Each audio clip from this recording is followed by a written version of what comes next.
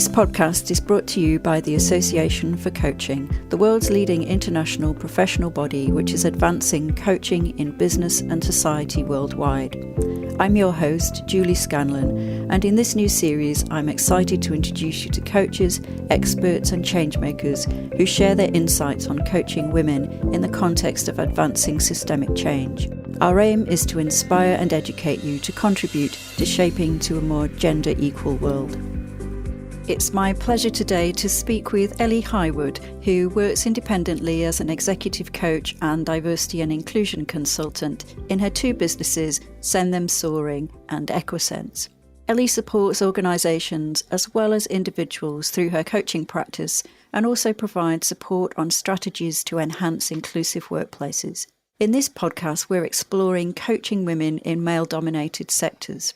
And we're looking at how the aspects of working at the one-to-one level of coaching intersect with the bigger strategic picture to bring about systemic change. We touch on assumptions around gendered roles and how difference manifests within systems and organisations. Welcome, Ellie. Thanks very much. I'm really looking forward to this conversation with you today. I wonder if we could begin by you just telling us a little bit more about your background and how you've arrived at what you are working with now. Yes, hi everyone. Thank you so much for the invitation to join in with this podcast series on the AC podcast channel. So I started off doing a physics degree. So I went to an all-girls school and then I went to university to do a physics degree. And in my year of 125, there were 12 girls in that cohort. And that wasn't unusual and still isn't unusual several decades later. And then from there, I went on to an academic career working in climate science and research, managing groups of my own students, my researchers, and ultimately I became head of department of meteorology department. And I had 50 academics and 200 postdocs nominally under my care. So throughout all of that, I was doing a lot of work around women in science, and then also a lot of informal mentoring and coaching all the way through my career. So I then started getting more interested in diversity and inclusion in a more broader way.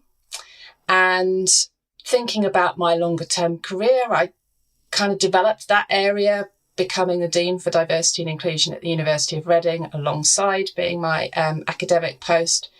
And at that point, I thought, I am doing so much coaching that I would really enjoy getting involved in that professional way. So I did a coaching qualification and then was planning to ramp that up.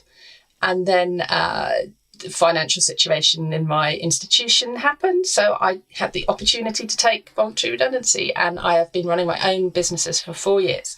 So on the diversity and inclusion side, with my business Equisense, I work with organisations to build more equitable and inclusive organisations.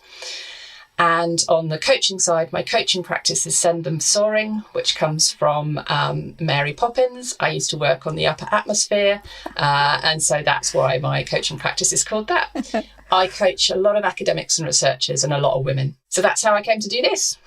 Fantastic. Thanks so much. And I had no idea about the Mary Poppins reference. That had passed me by, but now you say it, of course. Thank you very much.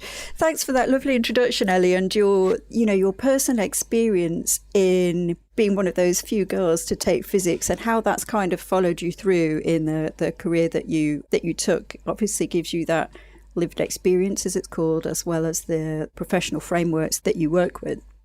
So I'm wondering if we could start by thinking about if you see the two sides of your work, the diversity and inclusion and coaching, speaking to one another, and in what ways, really? That's a really interesting question. They definitely do speak to each other, and I think over time, I have come to realise that they are more interlinked and speak more strongly to each other than maybe I thought when I was setting out to do those two things. And that's been a really interesting realisation. And I think that's also happened in the wider coaching system, where we're talking much more about coaching systems where there is inequality, but also about the importance of recognising diversity and being aware of inclusion and equity when we're actually coaching. So I think they do speak to each other, and they kind of speak in two different ways. I do work and coach with a lot of women in male-dominated environments, and that can be senior levels in academia or across STEM, science, technology, engineering and medicine, and mathematics. So there is that kind of coaching people in a system that isn't necessarily set up for them and where they might face particular challenges. However, on the other side, the diversity and inclusion work, the way I work with my organisations is that it is a very developmental, partnership, collaborative way. And part of that is coaching leaders, HR and people teams, key influencers, and sometimes comms teams, which is really interesting, around what diversity and inclusion means for them as individuals, for them as a team, and for them as an organisation. So there is a coaching aspect there, as well as the coaching the people to navigate the system that we currently have. That's fascinating, actually, that sense of your coaching work and your coaching skills coming into the strategic work, that kind of the need, I suppose, to support people to understand and how to implement the strategic work, and they kind of get a bit more clued up, I suppose, on some of the issues and responsibilities. So that's really valuable to be touching base at those two ends, I suppose, of a continuum, if we might be a bit of a simplistic way to think about it. And you touched there on also coaching women within those systems that haven't been set up for them necessarily, with the sort of the legacies of of science as a male-dominated field, some sciences as male-dominated fields, and those continuing legacies. So what kinds of issues come up around women working in those spheres that are where they are a minority for the purposes of that sphere? So firstly, it's important to recognise that there are some bits of science and technology where women are much more of a minority than others. So I'm thinking particularly in terms of some of the branches of physics and engineering. And my background in physics is one of those. I would say that climate science is a bit different. There's more of a gender diversity and a gender balance in climate science compared to some branches of physics. I think it's also important to remember that the challenges that women experience in a male-dominated environment are, there's an intersectional perspective to that.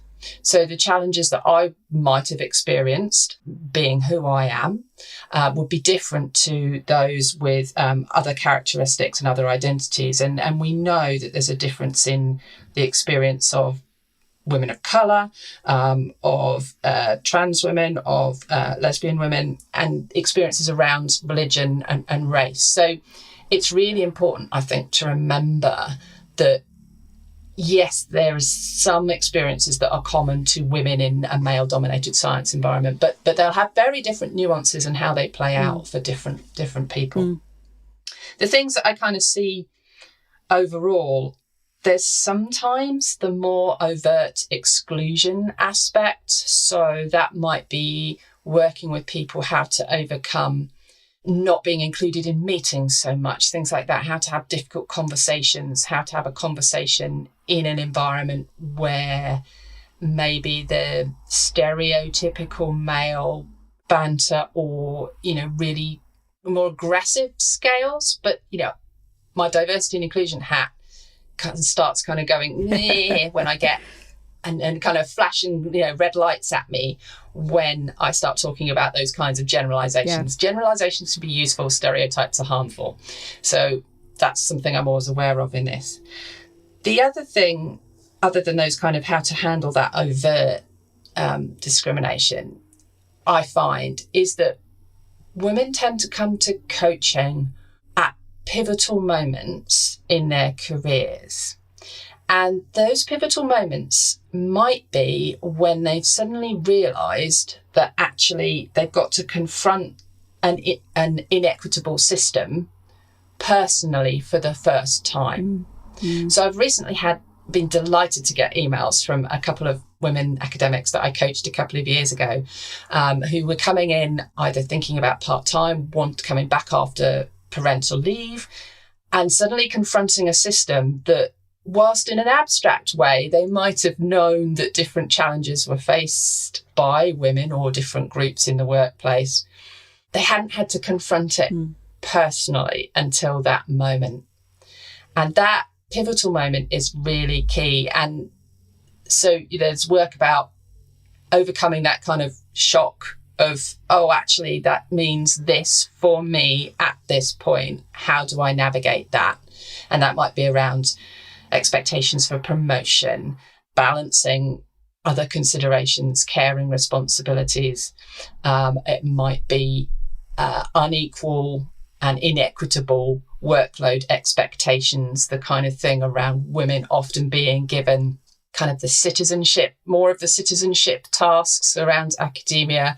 In some environments, they call it academic mothers, that kind of thing, and confronting that personally for the same time. And so the work is around navigating that, exploring what they want to be like in that way.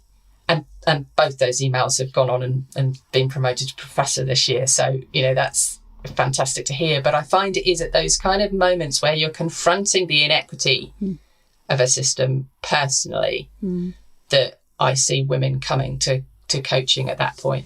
Yeah, that's fascinating. The kind of the knowledge can be out there, but then that personal experience where a person is, can be kind of a little bit shocked. Aha, this is it. Even though we have that kind of theoretical knowledge and the frame, it's like, this is me being impacted, kind of wow.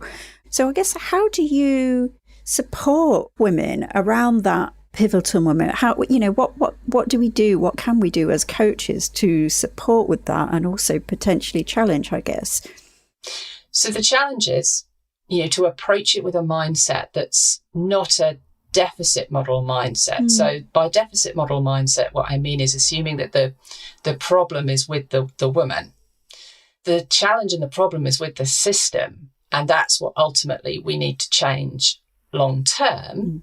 Coaches have a role in that, and we'll probably come to that in due course. But there is that challenge to kind of anything that you do with women is from a mindset of, it's not them that's the problem. We're not trying to fix you. What we're trying to do is we're trying to find a way for you to navigate the system that works for you. Because systems can take, and most of the time do take, quite a long time to change. Now, obviously, we've seen in recent history that, whole systems can change overnight in response to a real global pandemic. But other systems in the workplace in particular can take a long time to change. So we do have to do something that supports the people who are currently navigating that inequitable system. Yeah. So I do believe that coaching women to navigate that is an appropriate thing to do. And the important thing is for those coaching sessions to explore what navigating that system means for them. Rather than, you need more confidence. You need to know how to speak to this person. You need to X, Y, or Z. It's about understanding that navigation of the system and what it looks like for them. Yeah. So often that involves things that coaches will be very familiar with for many clients, maybe going back to, what are your values? How does that play out in how you spend your time and your energy? And how do you, get all of that going in a way that works for you as an individual?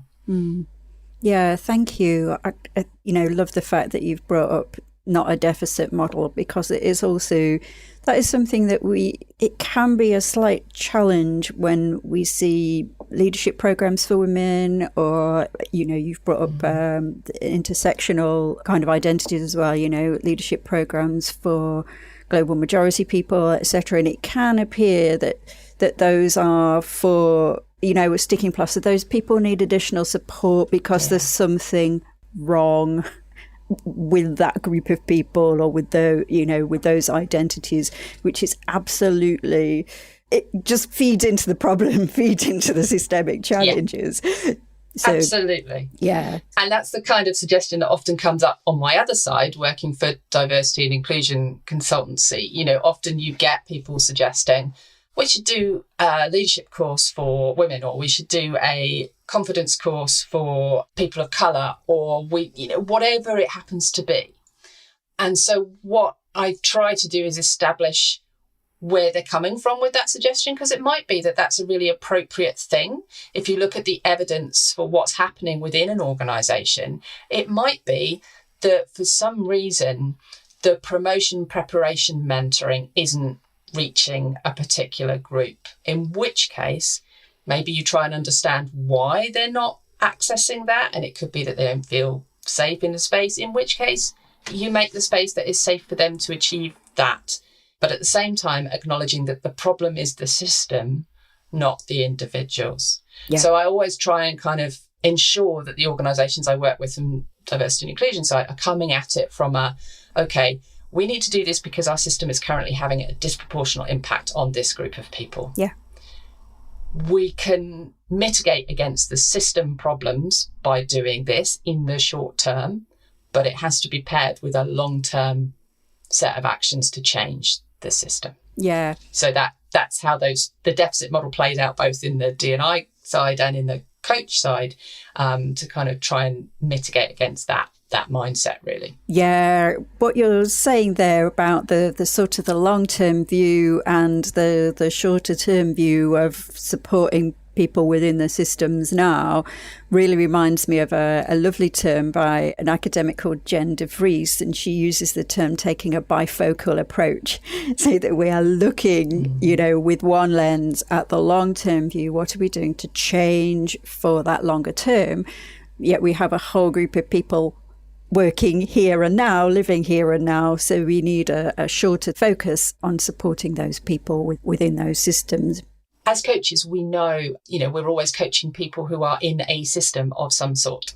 So really, it's a continuation of that, of acknowledging the system that our coachees are working within, and the fact that that is an inequitable system in a lot of ways and in a lot of places, and just extending that appreciation of the system and how it impacts people to that kind of bigger picture, I think, and to inequality and inclusion. So yeah, absolutely. Thank you. I guess I'm aware we're using that term, the system, and I'm sort of discussing this on other podcasts as well. But in case people are dipping in to hear you, how would you, this is a big question which you weren't expecting, but how would you define the system? What do we mean when we're using that term here? It's a really good question, isn't it? Because sometimes what happens is, we define the system or the organisation as a way of, well, that's all about them. And so I don't need to take responsibility for whatever I'm doing. So in this context, the system I mean is there's kind of the nuts and bolts bit of it, which is the processes, the policies, the way decisions are made within an organisation in particular, that takes in and is built on long-term assumptions, stereotypes associated with particular groups. So there's kind of the nuts and bolts bit of the system, which is policies, processes, ways of behaving, and the culture within an organisation. And then there's the even broader system, which feeds that, which is around the assumptions that we make in society about people who are different to us or who have different characteristics, different lived experiences. So it's kind of the system on an organisational perspective, and then there's the broader societal system. So in this context, we'd be thinking about systems that are built on patriarchal systems, systems that are built on white systems, and heterosexual systems. You could go on, but we're fundamentally, when we're thinking about the challenges that women face in the workplace, most people are thinking primarily about the patriarchal system. But I would argue that you need to understand how that links to the various other systems of hierarchy, whatever that hierarchy is, in order to be able to translate that properly into change. Yeah. Lovely response to a massive question there. I love that word hierarchy came in, because most of our organisations and structures remain hierarchies and hierarchical. We get the very occasional organisation that, tries to have a flat structure. They tend to be smaller, because when that kind of scales up, it gets somewhat challenging to have the sort of decision making in those, challenging to our modes of thought anyway. And so I guess that sense of, wherever we have a hierarchy, I'm thinking off the cuff here, but we have inequity built in, because some people have more power than other people in a hierarchy. So within organisations, if those are the people, if those people all look like one another and have the same sort of characteristics as one another, this is how it kind of accumulates, and the system corroborates itself through that. So when we're talking about coaching women, and we know that sort of sense of there being fewer women that get into leadership roles, and when we're talking about women in STEM here, fewer women within those hierarchies and those organisations in any case, what kind of issues do those women face, particularly in response to that sort of hierarchy, I suppose? Do you have any thoughts on that? So often it can be assumptions around what roles in an organisation that women are suited to do. And there's examples in the research world about who are the principal investigators on research projects, for example. So they are the ones that get the grant funding allocated to their name, which is an important thing for promotion in the academic world. And if you have a broad collaborative team, which is mostly the case in climate science, because we have to build such massive models to represent the Earth, then there is a tendency sometimes for the men to assume that principal investigator role. And therefore that perpetuates the kind of inequity in who gets research funding, and that feeds into promotion. So that perpetuates the inequity of who can take what place in the hierarchy, and so on. So there's that kind of how to deal with people making assumptions about what your role is in a particular thing, be that a research project, and that or running a department or teaching students. And we have lots of examples where relatively senior female academics have gone to research conferences and been asked who their PhD supervisor is, for example, because there's an assumption that they must be students. Yeah. It happens less than it did, but I did have people reporting that to me this year. So it's still out there, which is an attitudinal assumption about who does the intellectual work in STEM. So there's that. And then there's assumptions about the way that we work doesn't leave much time for other things. So as soon as you start having other things, and as soon as you might have caring responsibilities of one form or another, it can be difficult to fit that in. So you then have to think about, okay, so is my career going to go more slowly than it would do otherwise? And that doesn't seem very fair. And so there's conversations to have around that, and to make sure that the systems allow for proper consideration of career breaks, of part-time working. These don't just affect women, but there is still that societal unequal assumptions and reality around who primary carers, whether that's for children, for elders, for family members with disabilities or whatever. So those kinds of things. And I think women feel, particularly in STEM, if you are in a minority, you feel particularly, what's the word?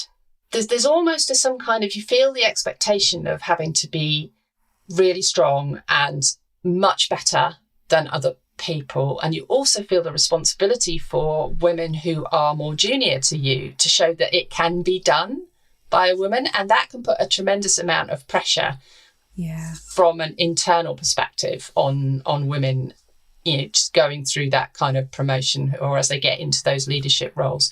And I remember feeling that. I worked part-time for a long time, and I remember thinking, I can never go back to full-time even if I wanted to, because that would be letting all the people down when I've spoken so long about, it is possible to do this part-time. So there's that internal pressure as well that I find women in minority areas are also navigating, and that can come out in coaching. Yeah, that's really interesting. I think that internal pressure, the sense of being, is it called the only, isn't it? Sometimes as a person gets to a certain position, but if you're like the only woman or one of the few women, for example, in that position, and that there's a sense of responsibility to somehow perform in a seamless way and to be more perfect. That doesn't make sense, but more perfect than the next man in inverted commas, because the sense of being judged and being watched and genuinely, of course, being a role model, perhaps for younger staff coming through, is that, it's an additional pressure. And so for those personal decisions that you make, as you say there, you can do it part-time, and yet then having like, there's all this pressure now if I do want to go back full-time. You're thinking about more than yourself, because you're recognizing the additional weight, as it were, and that comes from being underrepresented, and it comes from those what you've nicely talked about as those the social expectations and the social stereotypes, really, but also the genuine realities that those social stereotypes kind of have an impact on, that women still, for the most part, not exclusively, but for the most part, are the people that look after children, that look after the elders. Of course, we know that some men do that, other people do that, but still more so, all of the statistics are telling us that our culture is shaped in this way, where that's the expectation. Yeah. I think what's also interesting is that I hear coaches coming to coaching and saying, I've been given the diversity and inclusion brief and I really want to do it well, but I'm struggling to balance that on top of everything as well. So there's that aspect to it too. On the positive side, when there are good examples of women and men doing things differently, that does have a real impact on the culture. So for listeners who may be not familiar with the UK academic system, there can be a lot of informal ways of working flexibly or part-time or taking leave. And it's changing slightly in the sense that records are, now more consistently kept, but it didn't used to be. And so the bonus of that is you can have a really flexible, in some places, way of working. So you can go and do the school run, or you can come in late because you've been to an assembly, or you've got to take a parent to a hospital appointment. And nobody really notices as long as it's not during a teaching hour. The downside of that is that nobody sees that people are doing that. And so for people coming into academia, women coming into academia, they kind of don't see that that's happening across women and men. And they think that you've got to be 100% on it all the time. And we know from conversations that I've had with PhD students recently that the women are all much more nervous about how they're going to manage a long-term academic career than the male PhD students, who are just going, no, I'll be fine. That's a generalisation. But in this particular conversation that I had with a group of students, that was the case. And so when you have examples who are also then willing to say, and to let it be known how you're doing it, if you're working part-time, if you need to leave at a certain time, be that men or women, then it has a massive impact on people. So we did a project where we just asked people who were working flexibly, but not formally flexibly, to talk about their working life. And we put that on a website, and it made a really big difference to the culture. And that allowed, I think, more women to then go, okay, well, this is doable. I can do this in the way that works for me.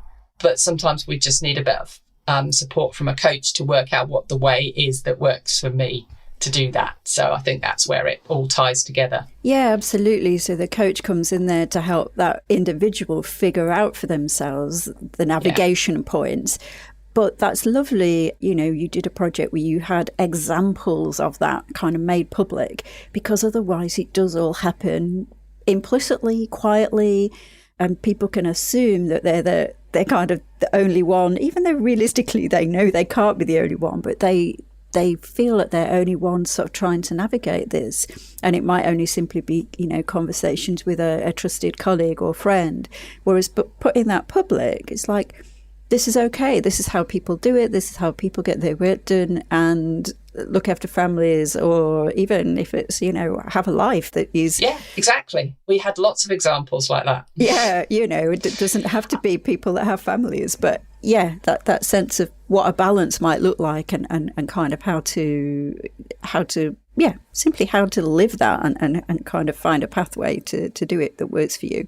Yeah, and I see that as one way that, you're coaching an individual in navigating the current system, but then that is also then feeding into changing the system longer term. So I see that as one way that you can influence through coaching. Yeah, absolutely. And we've been talking quite a bit here about, because it's the theme of the podcast, coaching women, but I know both you and I coach men as well. And I'm wondering where are kind of men's responsibilities in this, or how can we, if we wish to kind of involve men, particularly through that kind of the coaching relationship, in this systemic change or awareness? It's a really interesting question, and I was reflecting on this before our conversation today. And so I think the first thing to say is that I coach men who face some very similar challenges to the type that I've described here. And again, it's pivotal points where, again, they realise that the system doesn't quite work for people like them for whatever reason that brings them to coaching. So it's the same kind of thing for that group of people. However, there's also coaching that I do that started off under the diversity and inclusion consultancy work as part of that, but actually it's a bit broader, and that's working with male leaders to first of all understand their own connection with diversity and inclusion and to develop that shared understanding of what the system is and how different people experience that system. So the coaching part of that is about them and how they interact with that system. So again, it's talking about values and experiences and ways that they process things. But then I would say there's a bit more of a sort of slide into mentoring for the types of coaching that I do there because of my diversity and inclusion background. Then we talk about, inclusive behaviours and what people can do and how they can become competent and confident in talking about diversity and inclusion. And that's often men that I'm working with, but not exclusively, because it's the executive boards. And I think it's that understanding of who they are and how the system isn't maybe working for them either, but then that brings in a who else is it not working for kind of conversation. And I think that's how you bring about change in their mindsets. And then you can also do, coaching with a group at the same time when you're kind of trying to understand how that translates into an organisational context. So I think it's more than teaching them how to be inclusive. And the coaching is about getting them to do that deeper work about understanding what their relationship is with diversity, inclusion, inequity, identity, privilege, those kinds of things. Yeah, it is that deep identity level work that you're talking about. It sounds like here the recognition. It's not just something you can get in a 2-hour workshop. It's something that is, it's how it's lived and how it's experienced on the ground, and then how people can, people's relationship to those systems. But it brings in the whole kind of who am I and kind of the recognition of who you are within that system, I guess, as well, which is fascinating and really kind of valuable work. It's really interesting. You can't do it in a 2-hour workshop, but you can sometimes, ignite light bulbs and flames within a short period of time. So I worked with a group and we did an exercise where I got people to think about which part of their identity they think about most, which they never think about. And somebody came up to me afterwards and said, for every single answer, my first instinct was to put class. down. But I didn't. I put something else every time. And they said, okay, I need to go and think about my relationship to this. And I know it's a way I'm different from the other people around me. So I then need to think about that. And they went on to kind of have a bigger conversation with the team around that. So again, that little individual nugget of thinking about it in a different way then can change the system. Yeah. No, that's fascinating. It can be. Yes, I know we both do 2 hour workshops with people, so I didn't want to dismiss them too much. But yeah, just thinking about that. But that's about igniting the flame, right? It is absolutely. Yeah. And you hope that it is the beginning of something, which quite often it is, hopefully. So yeah, fantastic. So I guess another question for us here, just as we're sort of moving towards the end, I suppose, of our conversation here is what are our roles and responsibilities, do you feel, as coaches in hopefully creating more equitable workplaces? So my immediate answer was it's the same as my role and responsibility as a coach coaching any individual, which is to ask questions. Because, for example, if you're working for an organisation and maybe coaching different people from that organisation, you can say, how do people access the coaching that you're providing? Are there people who are missing out? You can ask the organisation those questions and, by doing that, sort of try and drive the system a bit or make them at least think about whether they're offering it to everybody, and if not, why not, or whether not everyone is taking it up, and if not, why not. So ultimately, I think it is asking questions. Which is, as coaches, something that we love to do. So yeah, asking questions. Thank you very much. And keep probing, I guess, when those for more and more questions as well. Wonderful. Yeah, the usual what else and what else and what else. That you can apply that to, asking questions about system change and inequity in the same way as you can with individual coaches. Yeah, the wonderful what else. So thank you, Ellie. I'm wondering now how, if people want to get in touch with you after the podcast, your contact details will be on the show notes, but if people are listening and want to jot that down now, do you want to just let people know how they might do that? Yeah, so you can search for Ellie Highwood on LinkedIn. There's not too many out there. I'm based in Reading in the UK, so you can find me. That's where I tend to talk and think about diversity and inclusion most often. And then my coaching website is www.sendthemsoaring.co.uk. That's the best place to find information about what I do in the coaching space. And you can see other links and things there too. Thanks, Ellie. So before we close our conversation, I'm just wondering if there is any final thought for our listeners, anything that we haven't been able to touch on today that you'd like to leave people with? I think the most important thing for listeners who might be working as coaches is to think, when you think about systemic coaching and you think about the system, I'd invite you to think about the ways that that system might be inequitable and might exclude individuals, and whether that is coming into the coaching relationship or whether that is coming into the organisation that you're working with.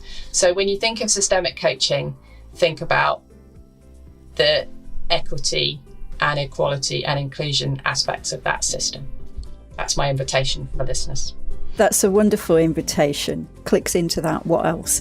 Thank you so much, Ellie, for a fabulous conversation today. It's been a genuine pleasure speaking with you. I know that we could have probably spoken for quite some time, but I hope it's whet people's appetites and that they can get in touch with you if they wish to know more. So thank you so much, Ellie. It's been a pleasure. Thank you. I've really enjoyed it. Thank you for listening to another podcast by the Association for Coaching. For 20 years, our purpose has been to inspire and champion coaching excellence, advance the coaching profession, and make a sustainable difference to individuals, organisations, and society. To find out more about the AC and our member benefits, follow us on LinkedIn or explore our webpage at associationforcoaching.com. There you can keep up to date with our latest podcast episodes, enjoy the wealth of digital learning offerings, and gain insights from our Coaching Perspectives magazine.